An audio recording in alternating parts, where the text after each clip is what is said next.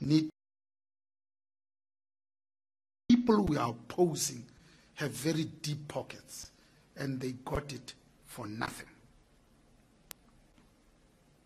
So rebuilding our state, particularly against determined opposition like the Guptas, is a massive task.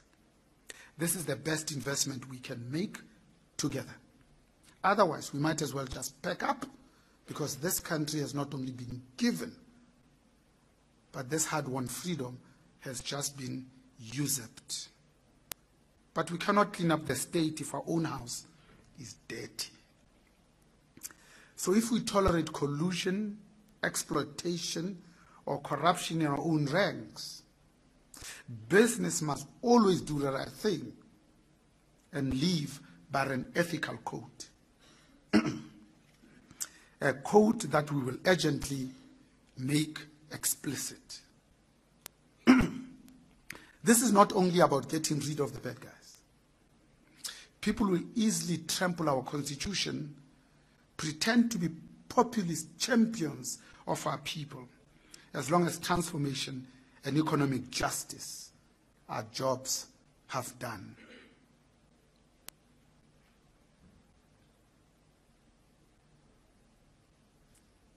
The project of rebuilding this country one brick at a time is still fragile indeed.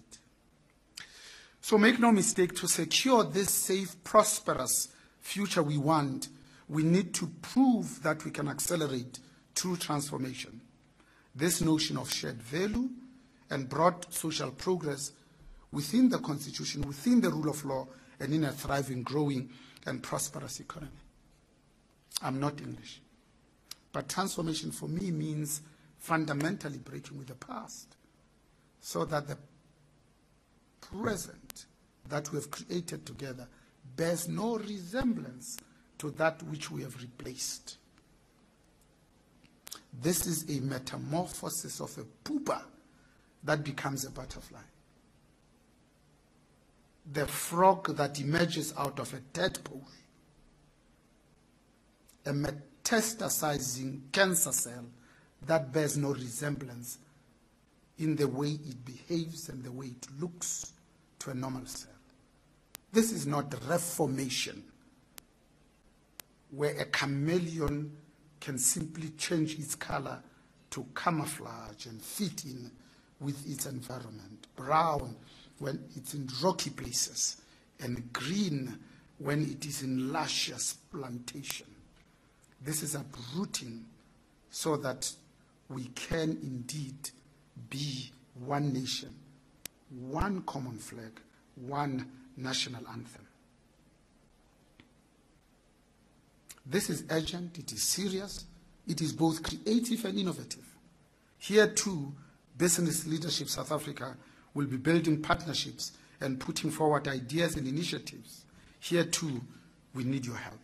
So one thing I can tell you, as a nation, we know how to succeed, because during the past 15 years of our democracy, the economy of this country, GDP growth I'm talking about, was substantially higher than population growth.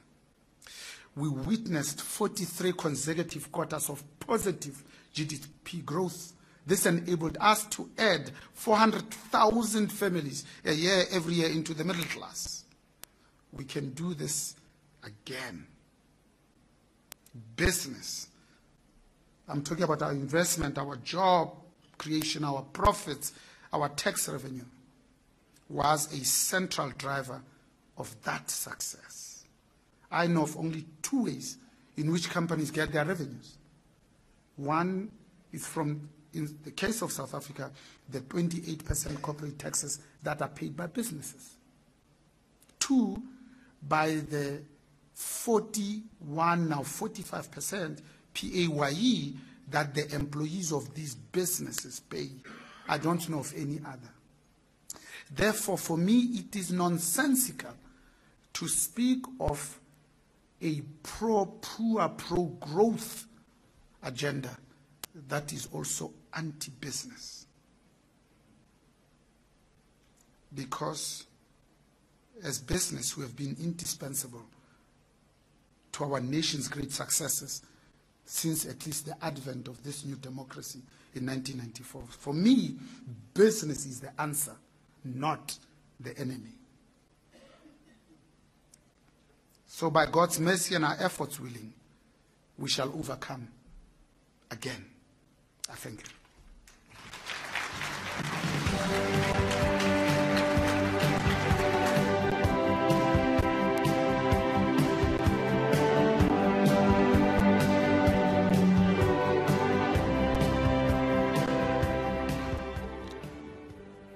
Let's give Bonang another round of applause for that chairman's report. Now, Bonang, you were not here last year, and you were not here the year before when we started this, but very interestingly, everyone who's come here to provide us a chairman's report, from Dr. Roel Khoza 3 years ago, and last year, Ms. Gloria Sirobe, they left this room with a lot of thoughts on the table. And you've managed to do that very well, and literally, as they say, hitting the nail on the head in terms of what business should be preoccupied with going forward. And for that, we thank you very much. And for those who may not know, Bonang walks the talk. He's currently the chairman of SA. He's been there for some time. He'll be leaving that role shortly in the near future, and he's ensured that his successor as chairman of Shell South Africa is another black leader. So he walks the talk. When he sits here and he talks about transformation and how we should assist it, he's not just talking, he lives that daily. And if you ask anybody who works for Shell South Africa, from the lady who makes the tea, who cleans the floors, to any executive, about how Bonang as a leader carries himself, you'll be pleasantly surprised how authentic and humble he is. Bonang, continue to fly the flag of authentic leadership. Thank you, my brother. Okay. We've organized a keynote address for the board meeting to set the tone, because after this, we're going to be moving into panel discussions. But to take us there, we have a keynote address by the former Deputy Minister of Finance, Mcebisi Jonas. For those of you who may not know of him before, he was very much in the news recently. He's been an activist from the Eastern Cape since he was 14 years old in the anti-apartheid struggle. And based in the Port Elizabeth area, he was involved in leading a number of political activities there. He ended up in exile, like many other South Africans, where he was in places like Angola and Uganda. And while out there, he also worked for the United Nations in one of their education programs aimed at the cadres of the ANC at the time. He came back, and he went back to the Eastern Cape, where he was MEC for Finance in the Eastern Cape, until later on he became the Deputy Minister of Finance. That's from May 2014 until March this year, when that very famous cabinet reshuffle took place. Let's welcome Mcebisi Jonas to the podium with a warm round of applause to provide us with a keynote address.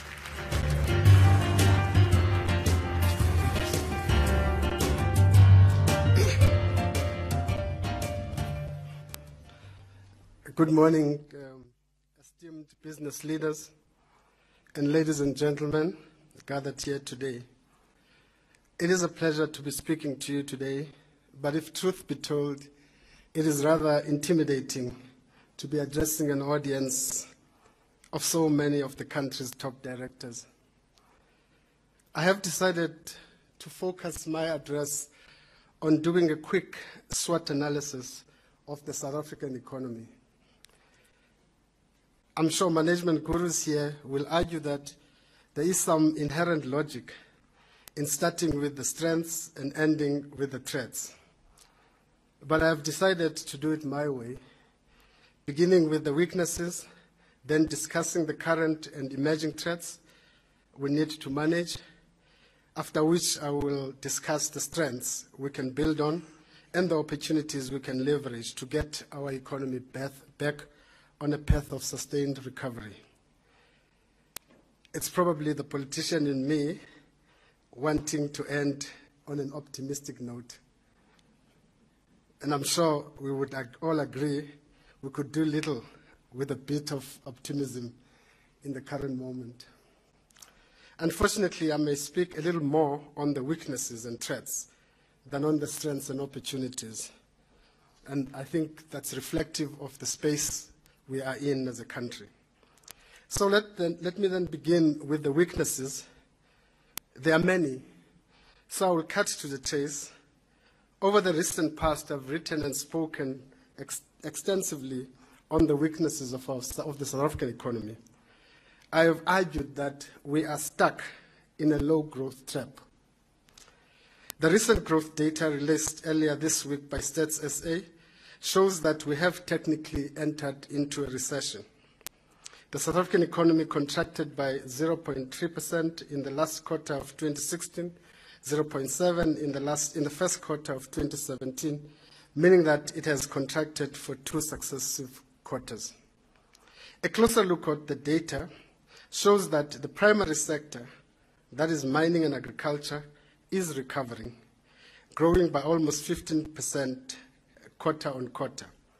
This is as a result of global commodity prices starting to improve, as well as the effects of drought, which has crippled our agriculture sector, beginning to ease. But both the secondary and tertiary sectors have shrunk, and given their relative size, especially the tertiary sector, it has taken the economy into recession. People are spending, the trade sector has contracted by 5.9% on the back of falling consumption expenditure. People are spending less on goods and services they don't need. Spending on clothing and footwear, for example, has fallen by more than 12%, and spending on restaurants and hotels by almost 9%. There is less money in circulation, and banks are holding back on credit extension in the face of current and possible further downgrades. This is what has driven the contraction in the services sector. Unfortunately, this low growth is not cyclical, as many other people seem to think. It is structural. The South African economy has grown at an average of 1% since 1990. Compare this to countries like China that have grown at more than 8.5% on average growth since 2000, India at 7%. In fact, the whole of emerging Asia has grown at just 7%, and Africa more than 4%, although, of course, from a low base. So why are we not growing like other developing economies, especially given that we have sophisticated infrastructure and business capability many countries only will dream to have? The first reason is that we remain too dependent on unreliable sources of foreign investment to finance our growth ambitions.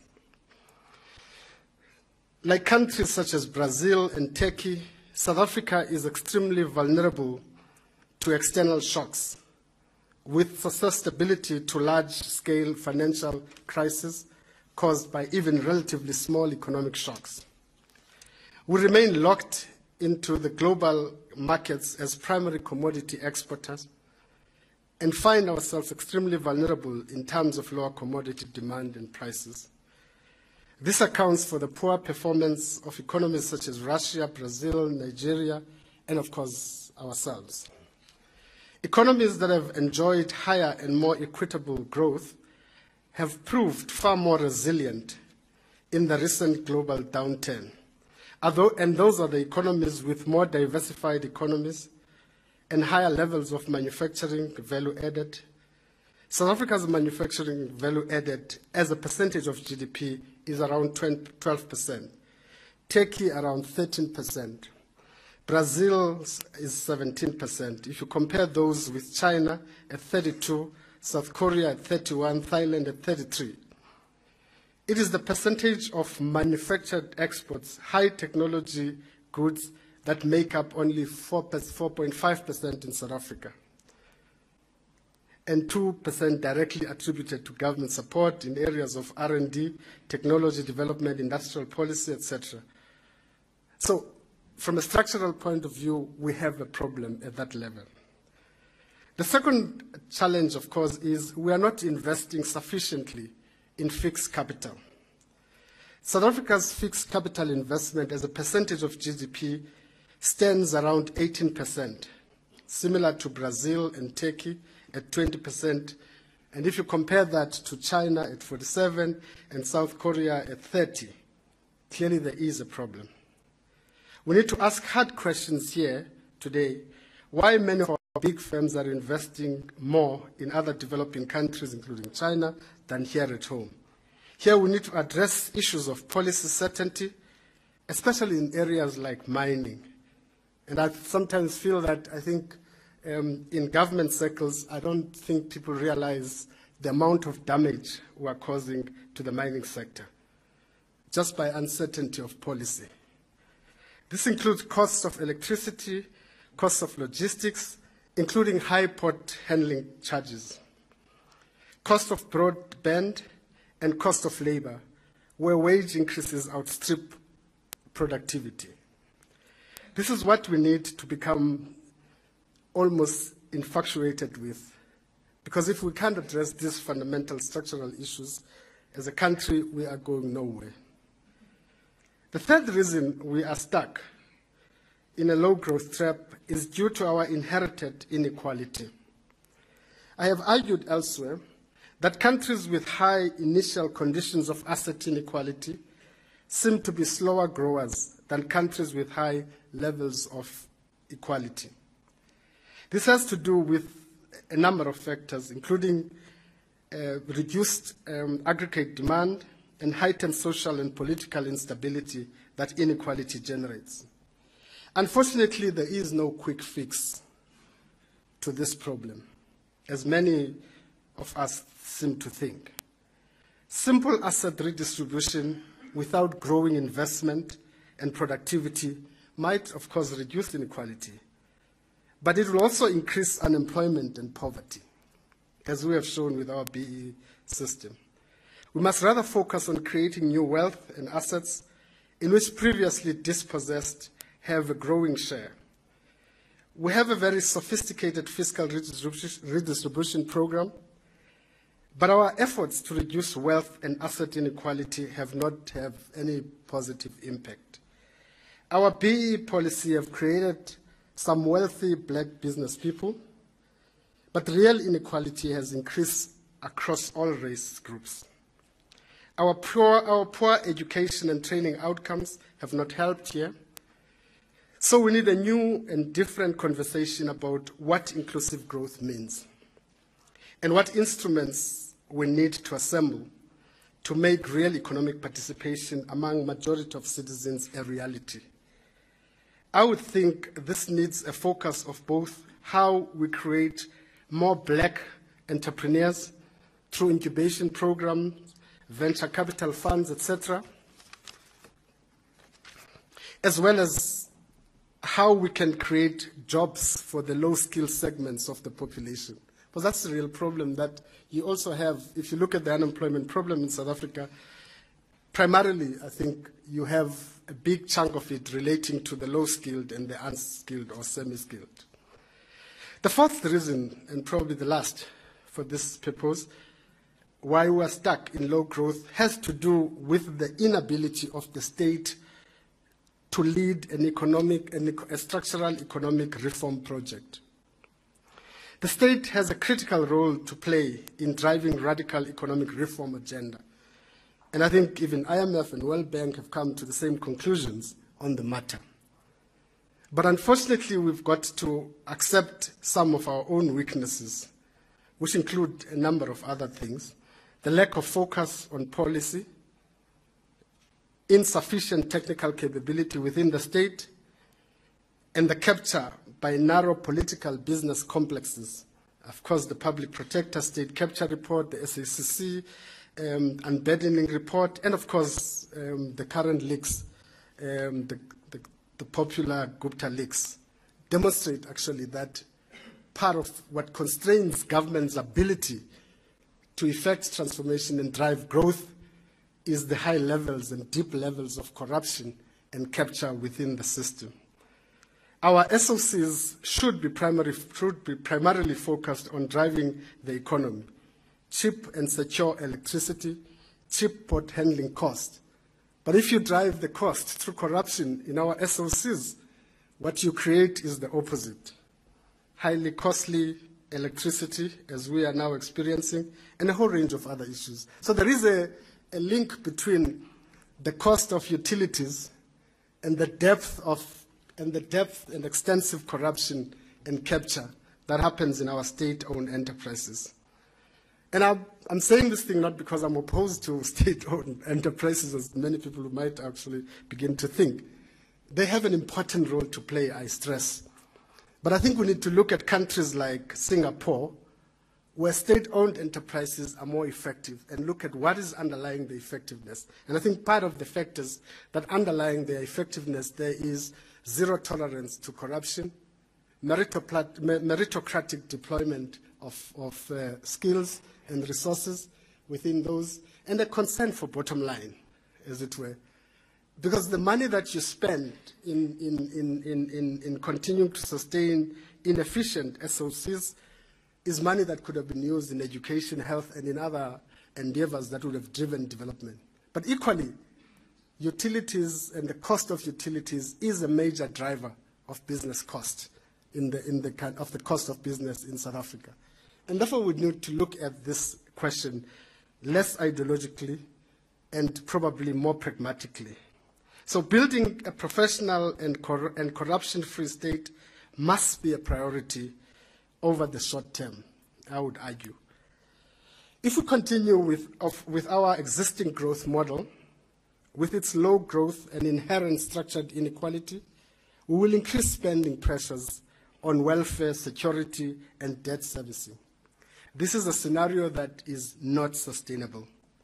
And given that our debt is increasingly foreign funded, failure to do so will compromise our sovereignty as a country.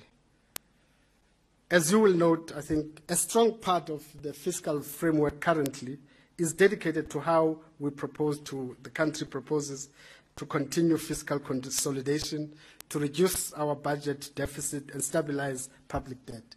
And this is not just a reactionary focus. It is quite progressive. In many countries that we sometimes quote as successes, part of the success has been how fiscus is managed. And when you listen to some of the stories about nuclear and other things that normally don't make sense, if I was to be polite, part of the concern is that we seem to be focusing less on growing the economy, but more on increasing public spending. And that's probably a dangerous trajectory to sustain, and it's not sustainable. I will now turn to the threats we need to collectively manage. In the interest of time, I'll just be very quick. The first relates to the recent downgrade.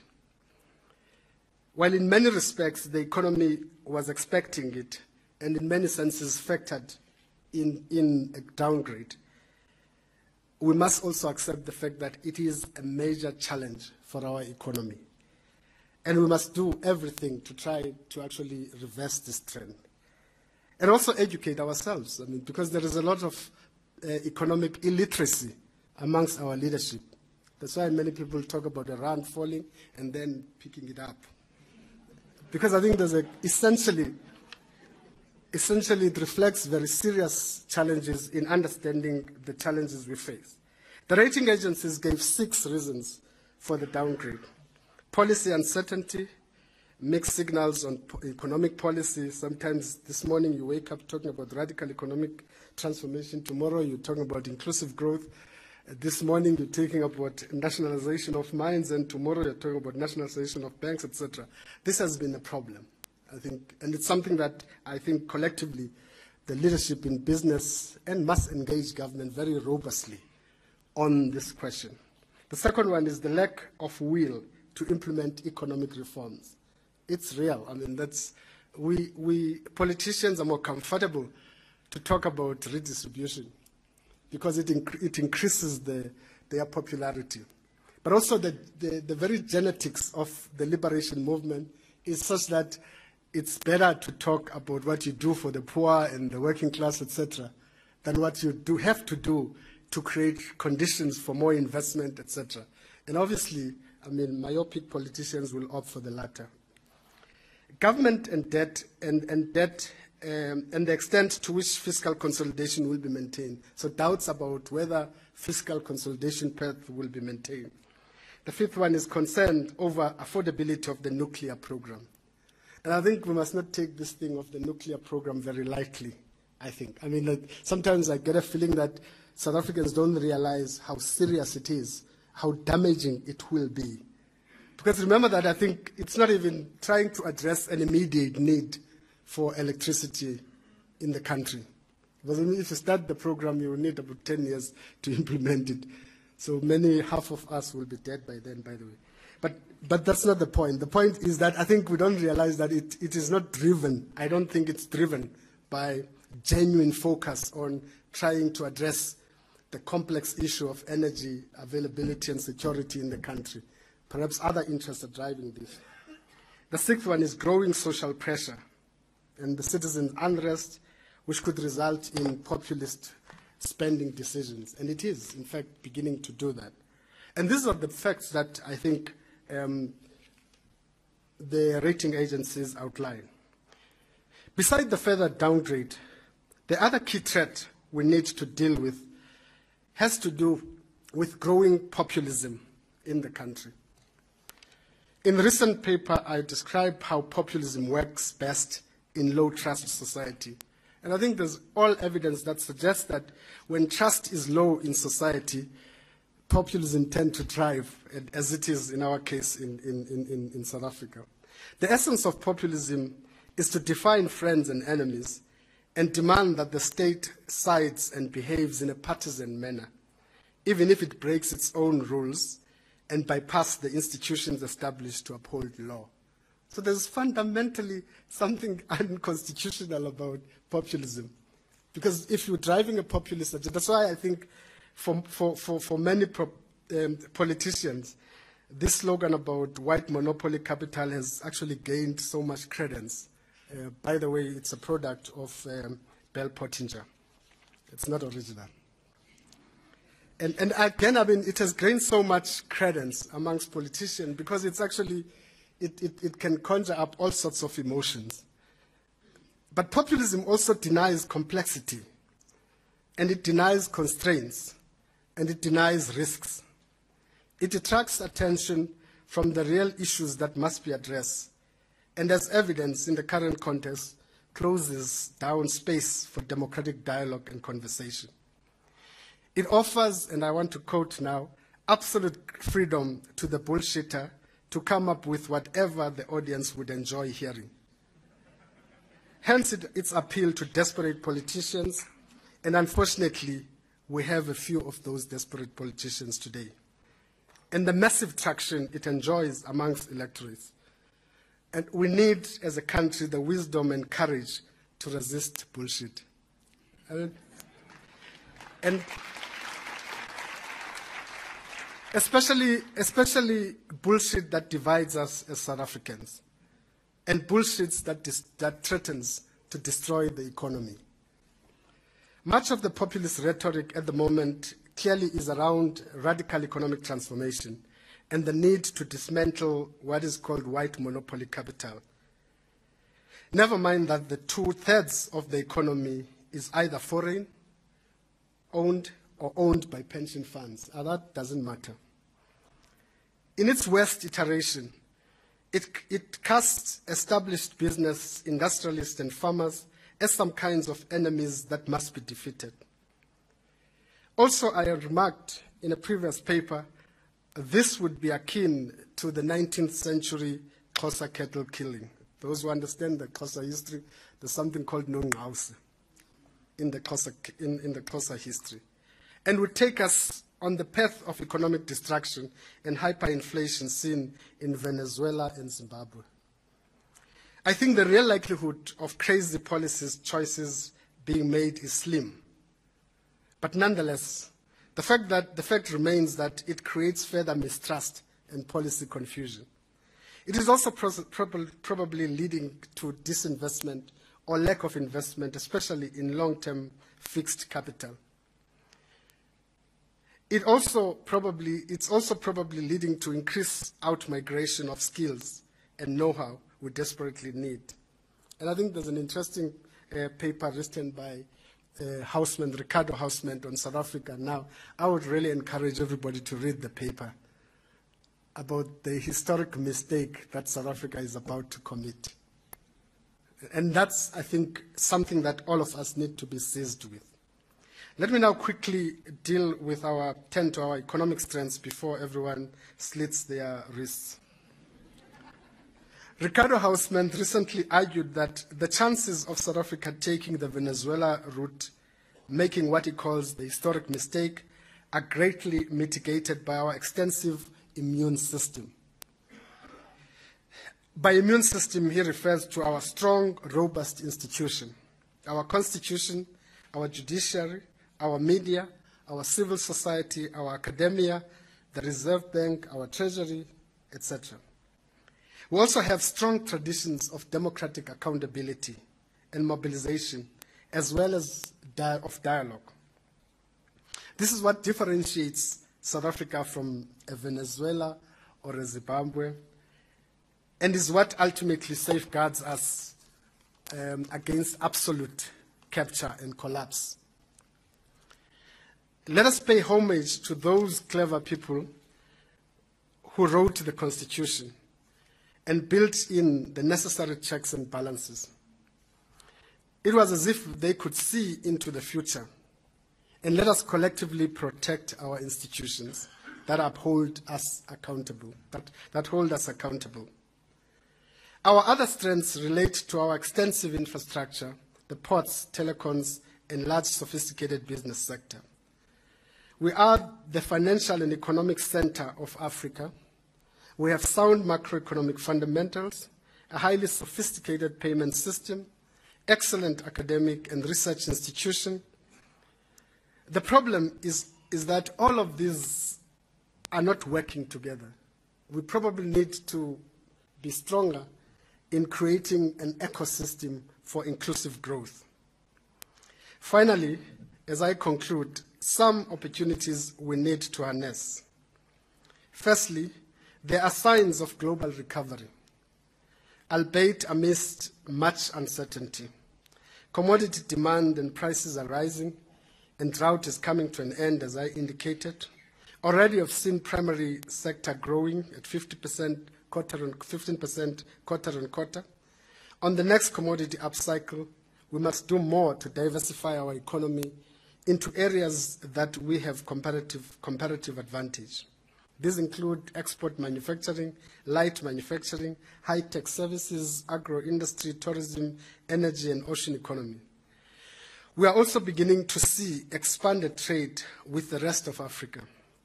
I believe the further realization of this opportunity will effectively increase South Africa's integration into the continent. But probably the other most significant possibility that we must put our eyes on, those of us who are too optimistic, is what happens in December.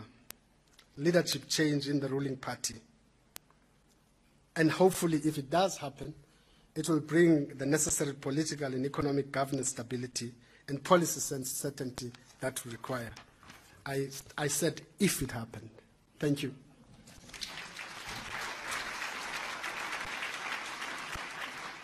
Yeah. Okay, let's give Mcebisi Jonas another round of applause for his keynote address. And now, for the next 10 minutes or so, he's going to be joined around the boardroom table by a colleague of mine, Thabiso Tima. Let's welcome Thabiso. He's coming up to the stage. Now, for those who may not know, Thabiso Tima hosts the morning show on Power FM, which is a talk radio station based in Johannesburg. He's an award-winning television and radio personality. Some of you may have seen him on SuperSport, where he does also sports coverage. And recently he was appointed editor of the Destiny Man magazine. So in the next 10 minutes or so, there's going to be a conversation between Mcebisi Jonas after his keynote address and Thabiso Tim, after which we'll be going for a refreshment break. Over to you, Thabiso. Thank you so much, Dan. Thank you very much for that introduction, and thank you very much for inviting me to be a part of this. Good morning to everybody, and let's just, by the way, just to say that before we get into this conversation, to expand on that bullshit narrative, I was given a very stern warning before about how this discussion was to go. I was told clearly, Titi Donas Mikak. So if this conversation is devoid of kak, you'll know why. Thank you so much for that presentation. I think it's actually a good point to start with as well. We should stop defining you in terms of your past. As glorious as it might be, former Deputy Minister of Finance or Treasury, there must be something else that what you'd like to be called going forward now. I always say that Praveen was fired. I was relieved of my position.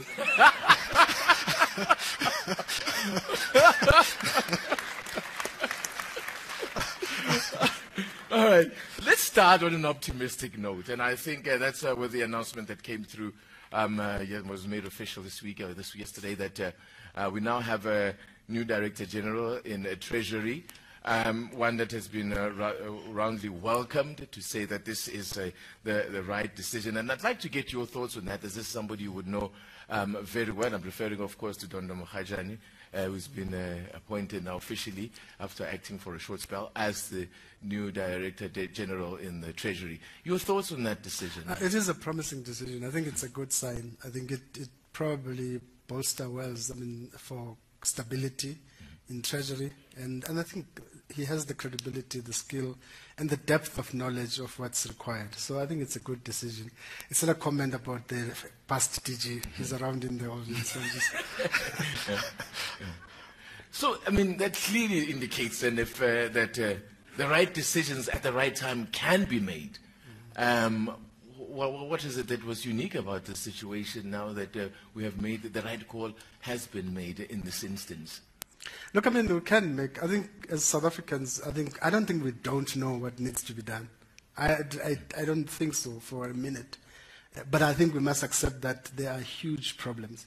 To think about it, for the last, 15, 20 years, we have not focused on growth as for instance, when we were supposed to. And that's the point I was making about, I think, the very genetics of the liberation movement is to tend to see the lower strata of society as your main base. Obviously, elections will show that. But you also, liberation rhetoric tends to see the upper strata of society as enemy. And that's where the problem lies. I think part of moving forward is finding basis for engagement that begin to define a more progressive role for big and established business and established wealth. And we have not done that, quite frankly. We've done very well with the labor relations framework, but in terms of maneuvering established wealth and big business and engaging them in a consistent dialogue about investment, etc., we have not done that. The latest success was the CEO initiatives, which demonstrated that sustained engagement with business will boost confidence, and in boosting confidence, you can, begin to create basis for investment. We also have this situation where we're really talking about the threats that we face, and I think the enemy that we face. I think the enemy has been clearly defined in some quarters anyway, because it depends who you speak to in terms of who the real enemy is. Is it white monopoly capital, or is it what the Public Affairs Research Institute refers to as the emergence of a shadow state here? How formidable an opponent are we up against here? They seem to operate in a most clumsy way, on the face of it, and yet at the heart of what they do, they also seem to be ruthlessly efficient and effective. Look, I mean, the reality, though, is that we've got to address the basic challenge. I mean, growing the economy, dealing with inequality and unemployment. Because I think when economic conditions are tough, I mean, populism thrives. So I think collectively as a country, we probably need a new dialogue about what should be the economic future of South Africa. Now that requires leadership. And you would agree with me that, I mean, people who start finding enemies when they face problems, it's normally the first sign that leadership is weak and of almost directionless. And that's what you have. Political leadership in South Africa is found wanting when it comes to addressing some of the challenges we're facing. And I would think that we need almost to go back to a similar scenario that we had in '94, a big dialogue and a big agreement that focuses and create a new national interest in growth, in addressing the skills and education issues, but also, I mean, looking at building a more corrupt-free, capable state. And we've got to do that. I mean, there's no choice. I mean, we have to do that. That's why I think Bonang I mean, whatever he said sounds very well for me, because it means that business is attuned to the challenges. And the time when business would think that their task is just to make profit is gone. Because, I mean, if you do not address some of the challenges we face, even the possibility for profit is also undermined. You know, these leaks that we've been dealing with, although as one of our listeners described it, this is not a leak, this is a burst sewage pipe, you know. Somehow you would think it would create an incentive that, on the one hand, you could say, like, we need to plug this hole. We need to stop this thing and stop the road. But at the same time, it could also cause people to get their backs up and retreat into their defensive positions. Is there a way out? You talk about this dialogue. Maybe perhaps there is room here for another TRC of sorts, an economic TRC of sorts, so that we can lay this thing to bed. Look, I mean, the country cannot escape the need for a commission on state capture. I mean, and I think the academic research, I mean, that was done shows that the problem with the shadow state is that it can only sustain itself if it undermines completely the constitutional state. So the symbiosis between the constitutional and the shadow state only works for a moment, I mean, up to a particular point. And up to that point, I mean, it turns around and you actually have a real mafia state. I mean, what you have in Russia and other places like that. In fact, I have the feeling that some of our leaders worship Russia, actually. You know, and yet we know that, I mean, Russia is probably your, I mean, physical expression of a mafia state, completely undermining growth, and et cetera, and accumulation by an elite, etc. And we cannot afford to have that in South Africa. And that is why I would argue that we need, on one part, I mean, a lot of work to be done to influence the ruling party, to take the right decisions. At the same time, we need to build a broad popular front. All South Africans would see that state capture is problematic, will see the need to address inequality, etc., coming together and standing firm to hammer an agenda that takes us forward. And that's why I support the SSCC calls. The call they made by SSCC this morning about a broad front for the country. Because ultimately, as you say, I mean, what the decisions that will come out of the gathering in December of this year will be pivotal. But those deliberations will only involve a couple of thousand people. And how does the broader society influence what will come out of there? Look, I mean, there's already work. I mean, Bonang was probably expressing, I don't know whether you call it their charter, what as business leadership they think is critical. You would find the same thing with Labour and other people are beginning to coalesce some agenda about what needs to happen. But I must say this thing, I think, talking to a friend of mine from one country that moved along the same path, he reminded me, he says, there are a couple of things that you must remember, I think. The first is that strong public opinion is fundamentally important for driving democracy, but also for growth. I mean, and in South Africa we have that. I mean, people, that's why we have loud mouths. We can say what we think. And I'm sure you will listen to Bonang's voice. I mean, it's also loud, saying things that people are not afraid to say. And increasing the number of those protecting media and ensuring media freedom thrives is fundamentally important for ensuring that we safeguard against this thing. But the second thing is party dissent. That people being able to take a different view from their political parties. That's probably the most difficult thing to do. But if you don't have that, I mean, then political parties, I don't know, they become like what? But my feeling is that the beginning of authoritarianism and dictatorship begins in political parties. When people cannot voice their opinion, when people are told that you can say in public A, B, C, D, and you actually follow that route, you must know that you are actually on a path towards authoritarianism. So again, internal party dissent is fundamentally important for safeguarding democracy. Party barons, by their very nature, would always want to have all members of the party like sheep going towards the voting station. And you can't have that. You need dynamism in political parties and so on. That's why I worry when parties are disciplining people for making public statements. It doesn't augur well for democracy, actually. Because you need to open up. People must be free to talk whatever, sorry, I mean my language, whatever thing they want to say. They must be able to say it, I mean, in the minute. But the third element is accountable government.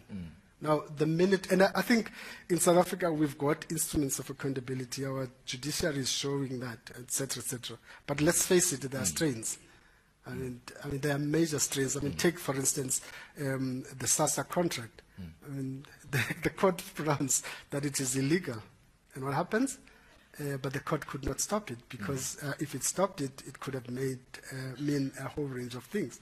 It continues. 5 years down the line, we're back on the same thing, the illegality of. So I'm saying that we've got strong accountability institutions that hold us accountable. But at the same time, I think we need to strengthen those. Okay. Just to wrap up this segment, then you describe yourself as an optimist here.